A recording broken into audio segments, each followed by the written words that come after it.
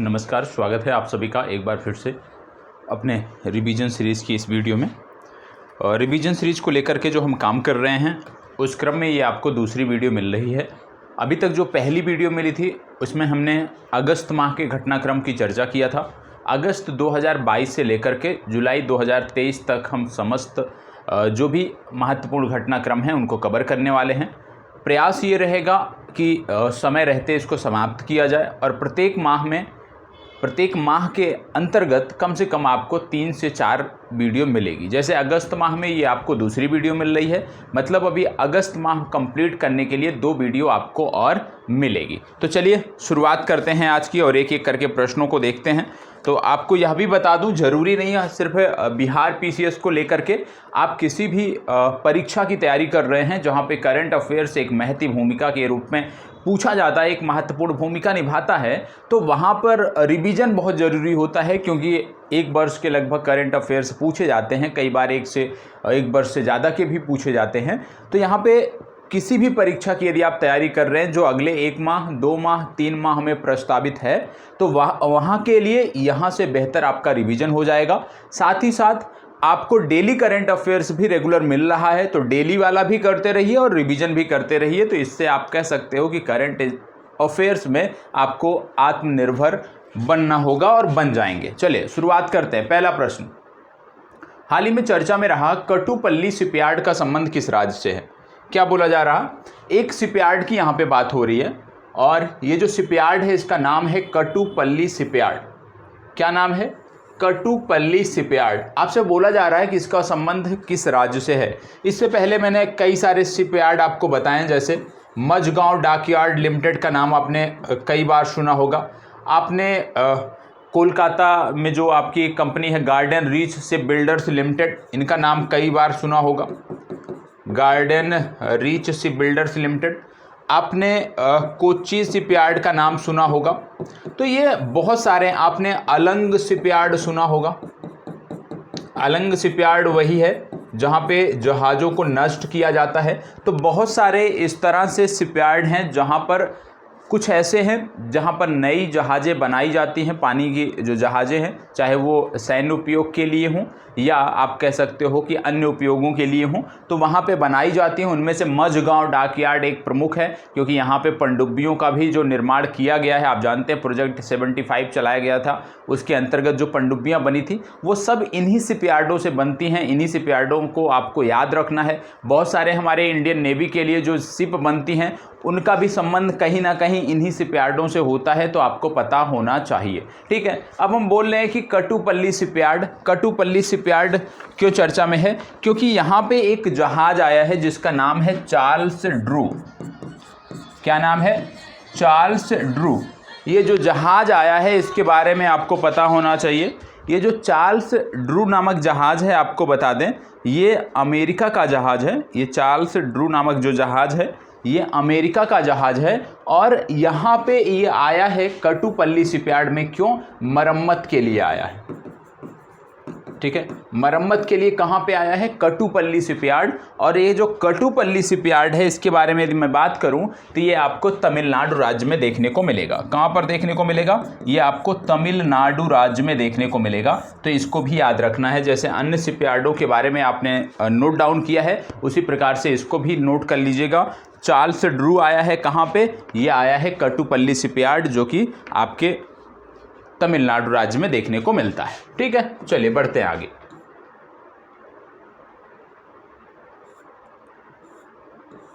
प्रश्न संख्या 2। प्रश्न संख्या 2 में एक योजना का जिक्र किया गया है, एक मुहिम का जिक्र किया गया है और इसका नाम है परवाज। ठीक है, परवाज ये जो मुहिम है, बोला जा रहा है कि इसका संबंध किस राज्य केंद्र शासित प्रदेश से है। इस मुहिम का संबंध किस राज्य केंद्र शासित प्रदेश से है, आपको बताना है। चलिए बताइएगा, इसका संबंध किस राज्य केंद्र शासित प्रदेश से है। आपको बता दें, ये जो मुहिम है इसके बारे में कि ये जो मुहिम है विशेष रूप से संबंधित है बागवानी फसलों से। ठीक है, आप जानते हैं, चाहे वो सब्जियों की हम बात कर ले या आप बड़े शब्दों में बात करें तो बागवानी फसलों की यदि हम बात करें तो ये ऐसी फसलें होती हैं जिनको समय रहते मार्केट उपलब्ध कराना होता है, समय रहते इनको मार्केट प्लेस पे ले जाना होता है। ठीक है, यदि हम समय रहते इनको मार्केट प्लेस उपलब्ध नहीं करा पाते हैं तो ये खराब हो जाती हैं और इससे किसानों को नुकसान होता है। तो प्रबाज योजना की यदि हम बात करते हैं तो ये जो योजना है ये भी संबंधित है, बागवानी फसलों से संबंधित है। बागवानी फसलों को समय से मार्केट प्लेस उपलब्ध कराने के लिए है। ये कहाँ पे चलाई जा रही है तो ये जम्मू कश्मीर में चलाई जा रही है। इसमें सरकार ने क्या घोषणा किया है? इसमें सरकार ने घोषणा किया है कि यदि आप एयर कार्गो का इस्तेमाल करोगे, ठीक है, यदि आप एयर कार्गो का इस्तेमाल करते हो, प्लेन के माध्यम से संबंधित फसलों को जो उत्पाद हैं उनको मार्केट तक यदि आप पहुंचाते हो तो इसमें जो फेयर आता है उसमें 25% की हम आपको छूट देंगे। तो यहाँ पे विशेष रूप से याद रखना है कि इसका संबंध है एयर कार्गो से और ये केंद्र सरकार की योजना है जो यहाँ पे चलाई जा रही है, जिसको यहाँ पे मूर्त रूप दिया जा रहा है और इसमें है कि मार्केट प्लेस तक इसको पहुंचाने के लिए हम एयर फेयर में जो 25% की छूट आपको देंगे। चलिए बढ़ते हैं आगे। तो इसका सही उत्तर हो गया जम्मू कश्मीर। प्रश्न संख्या 3, हाल ही में चर्चा में रहा सिंधु दर्शन त्योहार का संबंध किस राज्य से? बहुत महत्वपूर्ण है। सिंधु दर्शन त्योहार, इसका संबंध किस राज्य या केंद्र शासित प्रदेश से है आपको बताना, बताइएगा। बहुत महत्वपूर्ण है। ये राज्य या केंद्र शासित प्रदेश वही है जहां पे प्यूगा वैली आपको देखने को मिलता है और ये इन दिनों चर्चा में था। क्यों चर्चा में था ये वैली, ये घाटी क्यों चर्चा में थी? तो आपको बताते चलें कि भारत का पहला जियोथर्मल एनर्जी प्लांट, भारत का पहला जियोथर्मल एनर्जी प्लांट जो लगाया गया है वो इसी प्यूगा वैली में लगाया गया है, इसलिए ये चर्चा में थी। अब बात आती है ये वैली है कहाँ पे? तो ये वैली आपको देखने को मिलता है लद्दाख में। तो इस प्रश्न का भी सही उत्तर क्या हो गया? इस प्रश्न का सही उत्तर हो गया लद्दाख। सिंधु दर्शन जो त्यौहार है ये लद्दाख का एक प्रमुख त्यौहार है, ये आपको पता होना चाहिए। आप जानते होंगे चंगथंग वाइल्ड लाइफ सेंचुरी, बताया गया है पिछली बार, चंगथंग वाइल्ड लाइफ सेंचुरी। और चंगथंग वाइल्ड लाइफ जो सेंचुरी है इसका भी संबंध है लद्दाख से। और ये चर्चा में क्यों थी? ये चर्चा में इसलिए थी कि भारत का पहला डार्क स्काई सेंचुरी जो है वो यही है। भारत का पहला डार्क स्काई सेंचुरी, भारत का पहला डार्क स्काई सेंचुरी जो है वो चंगथंग वाइल्ड लाइफ सेंचुरी से संबंधित है, इसलिए आपको इसको याद रखना है। इसके साथ साथ क्या आपको पता है कि लद्दाख में कोई एयरपोर्ट है कि नहीं? जी हाँ, यहाँ पर एक एयरपोर्ट आपको देखने को मिलता है लेह में। और यहाँ पे जो एयरपोर्ट है उसके बारे में याद रखिएगा कि ये भारत का पहला कार्बन तटस्थ एयरपोर्ट बना है। याद रखिएगा, ये भारत का पहला कार्बन तटस्थ एयरपोर्ट बना है। ठीक है, ये आपको याद रखने की ज़रूरत है। चलिए आगे बढ़ते हैं। देखो, जितनी चीज़ें अतिरिक्त बताई जा रही हैं उसको साथ ही साथ नोट डाउन करते रहिएगा।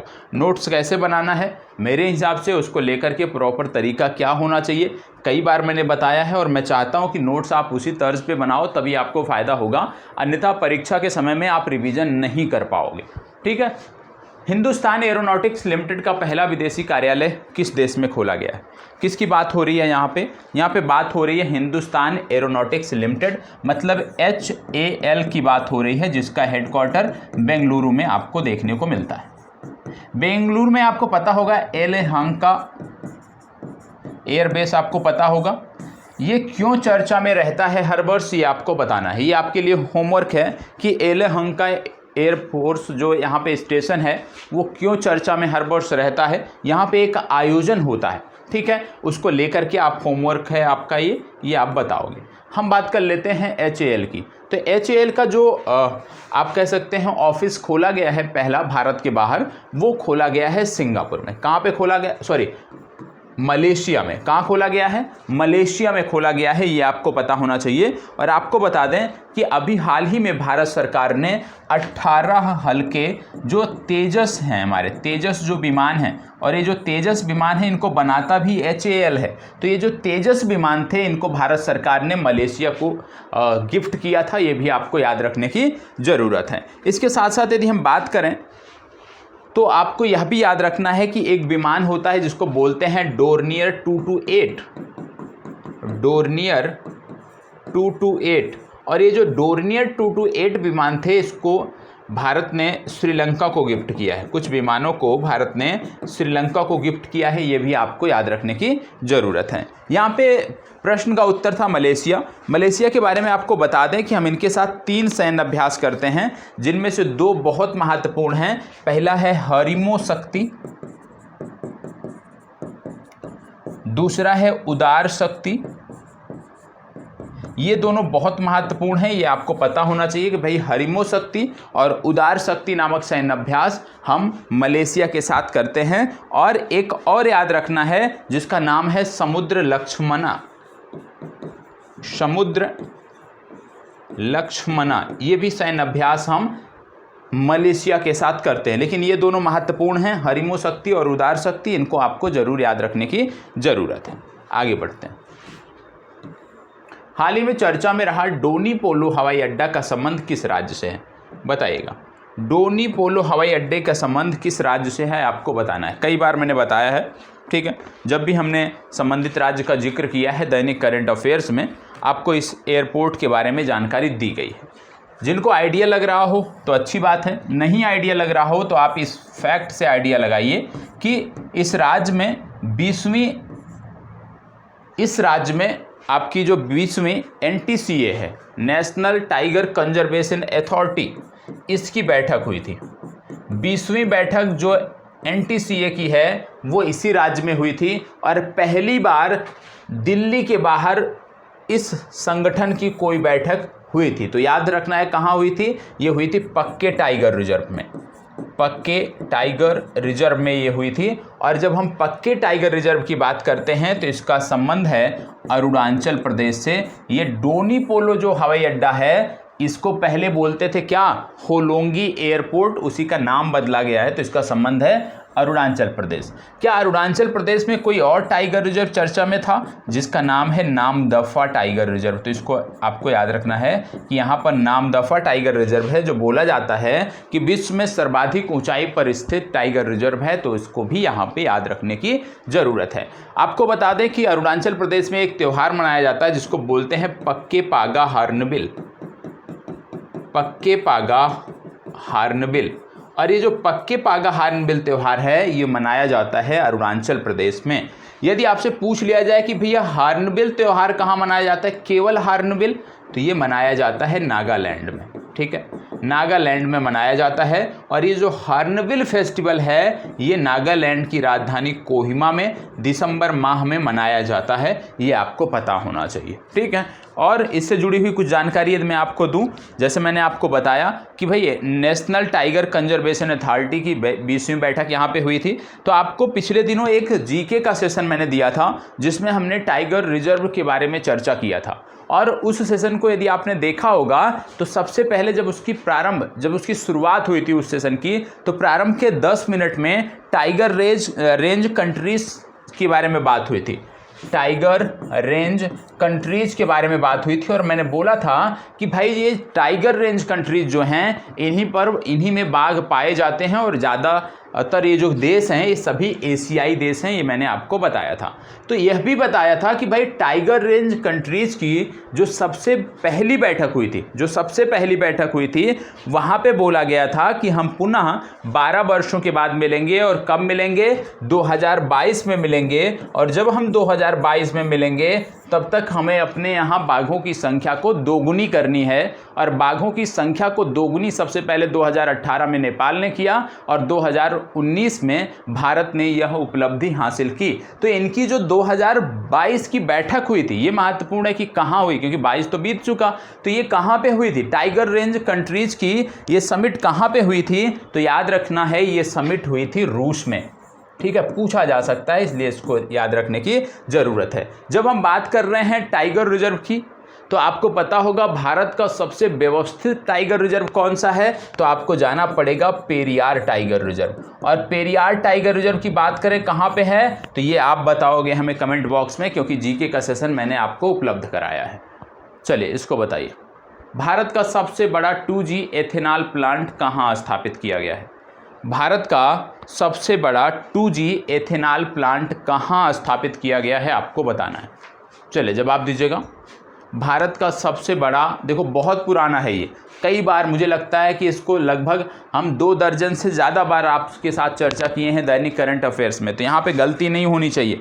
और क्योंकि ये रिवीजन सीरीज़ है इसलिए आप सबका प्रयास होना चाहिए कि यहाँ पे मैक्सिमम जो क्वेश्चन है उनका जवाब आप सही दो, ज़्यादा से ज़्यादा प्रश्न आपके सही होने चाहिए। तो बताइएगा इसको क्या बोला जा रहा है। भारत का सबसे बड़ा 2G एथेनॉल प्लांट, भारत के सबसे बड़े 2G एथेनॉल प्लांट की बात करें तो इसका संबंध है पानीपत से। पानीपत किस राज्य से संबंधित है? हरियाणा से। आप पानीपत की लड़ाई तो इतिहास में आपने पढ़ा होगा, ठीक है। तो इसका संबंध कहाँ से है? हरियाणा से। क्या आपको पता है कि भारत सरकार का जो पेट्रोल में एथेनॉल मिलाने का लक्ष्य है वो कितना है? याद रखिएगा, भारत सरकार चाहती है कि 2025 तक हम 20% पेट्रोल में एथेनॉल मिक्स करें, ये आपको पता होना चाहिए। 2025 तक कितना लक्ष्य है? 20% का लक्ष्य है। क्या आपको यह भी पता है कि भारत में एक नए प्रकार का पेट्रोल पाया गया था, और ये जो नए प्रकार का पेट्रोल था इसका नाम क्या था? इसका नाम था M15। क्या नाम था? इसका नाम क्या था? इसका नाम याद रखना है, इसका नाम था M15। और ये जो M15 पेट्रोल है ये कहाँ पर इसका आप कह सकते हो शुद्ध किया जाता है, इसको कहाँ पे प्रोसेस किया जाता है? तो ये तिनसुकिया जिला पड़ता है। तिनसुकिया जिला, तिनसुकिया जिला कहाँ पे है? असम में है, जहाँ पर इसको प्रोसेस किया जाता है। और ये एक विशेष प्रकार का पेट्रोल है। पेट्रोल विशेष प्रकार का क्यों है? क्योंकि अभी तक हम पेट्रोल में एथेनॉल मिलाने की बात कर रहे थे, लेकिन इस पेट्रोल में मेथेनॉल मिलाया जाता है। और मेथेनॉल कितना मिलाया जाता है? 15% मेथेनॉल मिलाया जाता है। यह भी आपको याद रखने की ज़रूरत है। आगे बढ़ते हैं। हालिया डाटा के अनुसार भारत में सब्जियों के उत्पादन में कौन सा राज्य प्रथम स्थान पर है? सब्जियों के उत्पादन में कौन सा राज्य प्रथम स्थान पर है आपको बताना है। चलिए बताइएगा, सब्जियों के उत्पादन में कौन सा राज्य है जो प्रथम स्थान पर है? और आपको बता दें ये राज्य वही है जहां पर भारत इस्राइल उत्कृष्टता केंद्र खोला गया है। भारत इजराइल सब्जी उत्कृष्टता केंद्र खोला गया है। और भारत इजराइल सब्जी उत्कृष्टता केंद्र जो खोला गया है ये चंदौली में खोला गया है। और चंदौली ये जो स्थान है ये उत्तर प्रदेश का है, उत्तर प्रदेश का एक जिला है, इसलिए इस प्रश्न का सही उत्तर है उत्तर प्रदेश। ठीक है, चलिए आगे बढ़ते हैं। इसको बताइएगा, ब्रज प्रहार नामक मिलिट्री अभ्यास हम किसके साथ करते हैं? ये देश आज के समय में भारत का महत्वपूर्ण सहयोगी है और इसके साथ हम एक और सैन्य अभ्यास करते हैं जिसका नाम है युद्ध अभ्यास। उसका नाम ही है युद्ध अभ्यास। तो ये बात यहाँ पे किसकी हो रही है? यहाँ पे बात हो रही है अमेरिका की। सी विकल्प सही उत्तर है। चलिए इसको बताइएगा। प्रश्न ध्यान से पढ़ना है, नहीं तो हम गलत कर देंगे। और कमेंट बॉक्स में ज़रूर बताइएगा आपके यहाँ भी बारिश हो रही है या नहीं। यहाँ पे तो अच्छी खासी बारिश हो रही है एनसीआर में। 45वां शतरंज ओलंपियाड किस देश में आयोजित किया जाएगा वर्ष 2024 में? ठीक है, आप सब जानते होंगे कि भैया 44वां कहाँ हुआ था? 44वां हुआ था भारत में। कहाँ पे हुआ था? एक स्थान पड़ता है भारत में जिसका नाम है महाबलीपुरम। और महाबलीपुरम में ये जो प्रतियोगिता हुई थी पुरुषों की कैटेगरी में यदि हम बात करें तो इसको जीता था उज्बेकिस्तान ने। किसने जीता था? उज्बेकिस्तान ने। महिलाओं की यदि कैटेगरी में बात करें तो यूक्रेन ने इसको जीता था, यह भी याद रखना है।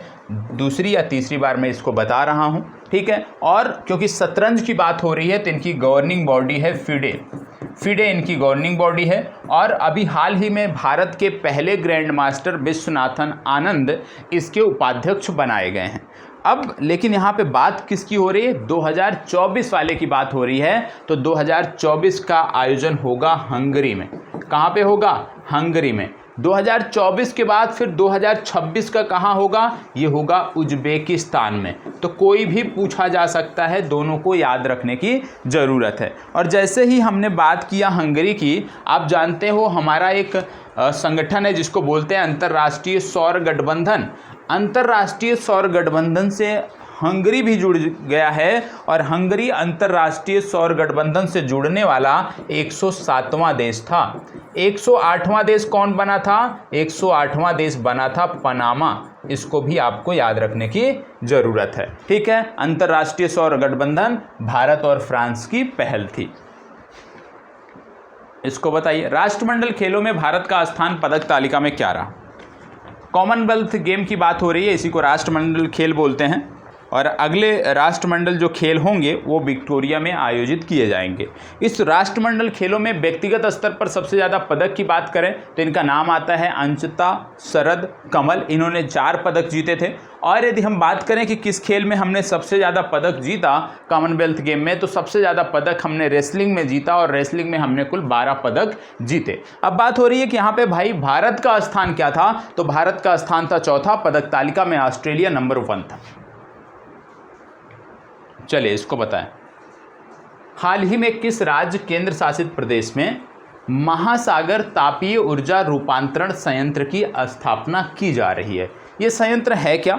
आपको बता दें, ये जो संयंत्र है ये समुद्र के खारे जल को पीने योग्य बनाता है। और समुद्र के खारे जल को जो पीने योग्य बनाता है ये संयंत्र, इसको बनाया किसने है? तो इसको बनाया है NIOT ने। किसने बनाया है? NIOT। ये कहाँ पे है? ये चेन्नई में एक संस्थान है। इसका फुल फॉर्म क्या है? इसका फुल फॉर्म है नेशनल, ऐसे आप हिंदी में नोट कर लीजिएगा तो ज़्यादा अच्छा रहेगा, राष्ट्रीय महासागर प्रौद्योगिकी संस्थान। राष्ट्रीय महासागर प्रौद्योगिकी संस्थान, इसी के द्वारा ये डेवलप किया गया है। और यह जो है क्या करेगा, अभी प्रारंभिक स्तर पर 1 लाख लीटर पानी प्रतिदिन पीने योग्य बनाएगा। ठीक है, और कहाँ स्थापित किया जा रहा है? लक्षद्वीप में। चलें, भारत का पहला गांव जहां पूर्ण रूप से संस्कृत बोली जाती है। ये प्रश्न इसलिए चर्चा में है क्योंकि हमारा एक राज्य है और उस राज्य में है 13 जिले। ये राज्य क्या कह रहा है? ये राज्य कह रहा है कि हम अपने यहाँ प्रत्येक जिले में कम से कम एक गांव ऐसा विकसित करेंगे, एक ग्राम ऐसा विकसित करेंगे जहां पे 100% संस्कृत बोली जाएगी। और इसी के कारण ये चर्चा में आ गया। तो ये राज्य कौन सा है जो ऐसा घोषणा कर चुका है? ये राज्य है उत्तराखंड। ठीक है, अब यदि हम बात करें कि भाई भारत का पहला गांव कौन सा है, तो ये पड़ता है कर्नाटक में। कर्नाटक का कौन सा गांव है? तो मैत्तूर गांव है कर्नाटक का, जहां पर संस्कृत बोली जाती है। और पूर्ण रूप से संस्कृत बोला जाने वाला, संस्कृत को अपनाने वाला यह भारत का पहला ग्राम है। भारत का पहला बैम्बू पार्क, बांस का पार्क की यहाँ पे बात हो रही, भारत का पहला बैम्बू पार्क, शाब्दिक त्रुटि है तो उसको इग्नोर करिएगा। बैम्बू पार्क की बात हो रही है कि किस राज्य से संबंधित है। भारत का पहला जो बैम्बू पार्क है वो किस राज्य से संबंधित है आपको बताना है। चलिए, इसका नाम है बांसग्राम। ठीक है, इसका नाम ही है बांसग्राम और पूर्वोत्तर भारत के राज्य त्रिपुरा से ये संबंधित है। ठीक है, तो बांसग्राम त्रिपुरा से संबंधित है। इसके साथ साथ आपको बता दें कि आपकी दिल्ली है, दिल्ली में भी एक स्थान है जिसका नाम है बनसेरा, पार्क का नाम है बनसेरा। और ये जो बनसेरा पार्क है दिल्ली का, इसके बारे में आपको बता दें कि यह पहला बांस थीम आधारित पार्क है दिल्ली का। तो दिल्ली का पहला बांस थीम आधारित पार्क है बनसेरा। भारत का पहला यदि पूछ लिया जाए तो आपको बताना है बांसग्राम त्रिपुरा। हाल ही में चर्चा में रहा पौना कार्यक्रम का संबंध किस राज्य से है? पौना कार्यक्रम के बारे में बात हो रही है, चलिए बताइएगा। पौना कार्यक्रम के बारे में बात हो रही है, फास्ट जवाब दीजिएगा। आपको बता दें विशेष रूप से ये जो कार्यक्रम है महिलाओं पर आधारित कार्यक्रम है। यहाँ पर जो महिलाएं हैं, ग्रामीण महिलाएं हैं, उनको सैनिटरी पैड बनाने की ट्रेनिंग दी जाएगी। सैनिटरी पैड बनाने के लिए जो आवश्यक आप कह सकते हो मटेरियल है वो इनको उपलब्ध कराया जाएगा। तो विशेष रूप से मासिक धर्म स्वच्छता से जुड़ा हुआ ये कार्यक्रम है और ये कार्यक्रम संचालित हो रहा है छत्तीसगढ़ में। तो बी विकल्प आपका सही उत्तर है। उस रेडियो चैनल का नाम क्या है जिसे काकोरी ट्रेन एक्शन डे के अवसर पर लॉन्च किया गया था? काकोरी ट्रेन एक्शन डे के अवसर पर किस रेडियो का लॉन्च किया गया था? आप जानते हैं 9 अगस्त की ये घटना है। पहले इसका नाम होता था काकोरी ट्रेन लूटकांड, उसका नाम बदल दिया गया है उत्तर प्रदेश सरकार द्वारा। ठीक है, अब इसको जाना जाता है काकोरी ट्रेन एक्शन डे के नाम से। 9 अगस्त की ये घटना थी। और यदि आप यूपी का कोई एग्ज़ाम दे रहे हैं तो काकोरी ट्रेन घटना जो थी उससे संबंधित पूरी जानकारी आपको होनी चाहिए कि इसमें किसको फांसी की सज़ा हुई, कौन इसमें पकड़े नहीं गए, वो पूरी जानकारी होना चाहिए इससे जुड़े हुए, क्योंकि इस तरह से प्रश्न पूछे जाते हैं। यहाँ पे इसका उत्तर है रेडियो जय घोष। ठीक है, डी विकल्प सही उत्तर। चलिए, स्माइल योजना कई बार मैंने बताया है, लेकिन बताइएगा स्माइल योजना का संबंध किस मंत्रालय से है? स्माइल योजना विशेष रूप से जो ट्रांसजेंडर समुदाय के लोग हैं, जो सड़कों पर भीख मांगने वाले लोग हैं, भिक्षावृत्ति करने वाले लोग हैं, इन लोगों को मुख्य धारा में जोड़ने का प्रयास है कि भाई वो भिक्षावृत्ति से हटकर कुछ काम करें, उनको कुछ कौशल सिखाया जाए, कुछ उनको मदद उपलब्ध कराई जाए, और इसको लेकर के सामाजिक न्याय और अधिकारिता मंत्रालय काम कर रहा है। तो इसका सही उत्तर है डी विकल्प, केंद्रीय सामाजिक न्याय एवं अधिकारिता मंत्रालय। चलो, भारत के पहले खारे पानी के लालटेन का नाम क्या है जो एलईडी लैंप को बिजली देने के लिए समुद्री जल का उपयोग करता है? चलिए बताइएगा, फास्ट जवाब। क्या बोला जा रहा है? एलईडी लैंप को बिजली देने के लिए समुद्री जल का उपयोग करता है, मतलब समुद्री जल के माध्यम से बिजली का उत्पादन हो रहा है, एक लैंप जल रही है और उसका नाम क्या है? बहुत पहले बताया, इसका नाम है रोशनी। कई बार इसकी चर्चा हमने कर लिया, लेकिन रिवीजन में ये चीज़ें आ रही हैं। चलिए, इसको बताइएगा। हाल ही में विश्व स्वास्थ्य संगठन ने क्लैट्स 1 नाम किसके वेरिएंट को दिया है? क्लैट्स 1 नाम किसका है, ये आपको बताना है। चलिए बताइएगा, 4 विकल्प हैं आपके पास, इन चारों में से आपको बताना है। कोरोना, मंकी पॉक्स, जीका या मलेरिया? आपको बता दें इसका संबंध है मंकी पॉक्स से। क्या मंकी पॉक्स का कोई टीका भी है? क्या मंकी पॉक्स का कोई टीका भी है? तो याद रखिएगा, इम्बेंस इसका एक टीका है और इसको डेनमार्क की एक कंपनी ने बनाया है। तो यदि आपसे पूछ लिया जाए कि इम्बेंस किस वायरस के खिलाफ एक टीका है, तो आपको याद रखना है मंकी पॉक्स। ठीक है, डेनमार्क की एक कंपनी ने इसको बनाया है। उसका नाम याद करने की ज़रूरत नहीं है, नोट करना है तो बावेरियन नॉर्डिक उसका नाम है, आप नोट कर सकते हैं। आज का अभ्यास प्रश्न है, इसको आपको होमवर्क के तौर पे कंप्लीट करना है, होमवर्क के तौर पे कंप्लीट करके आपको देना है। ठीक है, सबसे पहले मैं आपको ये तो आप होमवर्क करोगे। अब यहाँ पे हम बात कर लेते हैं कुछ 3 से 4 और फैक्ट की। जैसे एक स्थान था जिसका नाम था पडांग। क्या नाम था? पडांग। और ये जो पडांग नामक स्थान है, ये इन दिनों चर्चा में था। आपसे पूछा जा सकता है कि भाई ये पडांग नामक जो स्थान है ये कहाँ पे पड़ता है? तो याद रखिएगा, ये जो पडांग नामक स्थान है इसका संबंध है नेताजी से। और नेताजी के नाम से किसको जानते हैं? सुभाष चंद्र बोस जी की बात हो रही है यहाँ पे। तो पडांग जो है ये नेताजी सुभाष चंद्र बोस से संबंधित है, क्योंकि नेताजी सुभाष चंद्र बोस ने सर्वप्रथम यहीं पर एक, आप कह सकते हो, नारा दिया था, दिल्ली चलो। दिल्ली चलो का जो आह्वान किया था वो नेताजी ने यहीं से किया था, पडांग से। और ये स्थान पड़ता है सिंगापुर में। तो ये आप याद रखिएगा पडांग के बारे में। इसके साथ साथ आप जानते हैं मिशन कर्मयोगी शुरू हुआ था। मिशन कर्मयोगी विशेष रूप से जो IAS अधिकारी हैं, जो प्रशासनिक सेवा के अधिकारी हैं, उनको प्रशिक्षण देने के लिए प्रारंभ किया गया था, जहां पर माइक्रोसॉफ्ट मदद कर रहा है भारत सरकार की। तो याद रखना है, मिशन कर्मयोगी में मदद कौन कर रहा है? माइक्रोसॉफ्ट मदद कर रहा है। इसके साथ साथ अभी नेचर इंडेक्स 2022 आया था। नेचर इंडेक्स 2022, और नेचर इंडेक्स 2022 में हैदराबाद विश्वविद्यालय टॉप पर था। नेचर इंडेक्स 2022 में हैदराबाद विश्वविद्यालय शीर्ष पर था, ये भी आपको पता होना चाहिए। ठीक है, इसके साथ साथ इसरो ने अपना एक डिजिटल अंतरिक्ष संग्रहालय बनाया है। उसका नाम क्या रखा है? उसका नाम रखा है स्पार्क। ठीक है, याद रखिएगा, इसरो का जो डिजिटल अंतरिक्ष संग्रहालय है उसका नाम है स्पार्क। यह भी आपको याद रखने की ज़रूरत है। तो ये कुछ अतिरिक्त चीज़ें थी जो आपको पता होना चाहिए। ठीक है, तो जितनी जानकारी दी गई है उसको सुरक्षित करें अपने मस्तिष्क में, और फिर मिलते हैं अगले सेशन में। बाकी कोई सुझाव आपका है तो आपके सुझाव सादर आमंत्रित हैं। आप कमेंट बॉक्स में सुझाव दे सकते हैं। धन्यवाद, बहुत बहुत आभार।